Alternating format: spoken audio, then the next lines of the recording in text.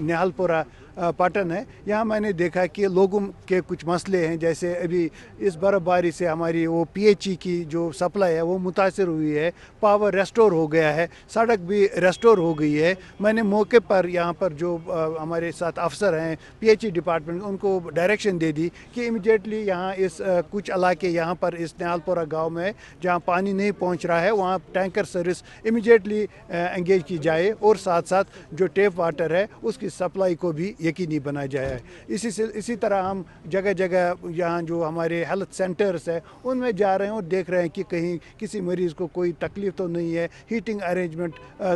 पूरा है, और जहाँ जहाँ ये रोड कनेक्टिविटी का ताल्लुक है वो भी साथ साथ देख रहे हैं कि कहीं कोई ऐसा एरिया तो नहीं है जो अभी तक अनकनेक्टेड है। माशाल्लाह मैंने देखा है कि बहुत हद तक जो हमारे डिपार्टमेंट्स हैं उन्होंने काम किया है, चाहे वो R&D डिपार्टमेंट हो, चाहे वो इलेक्ट्रिसिटी का डिपार्टमेंट हो, चाहे पीएचई का डिपार्टमेंट हो, हेल्थ हो या म्यूनिसिपैलिटीज़ हो, सब ने अपना अपना काम किया है और अभी देख रहे हैं कि इसको इम्प्रूव कैसे हम कर सके।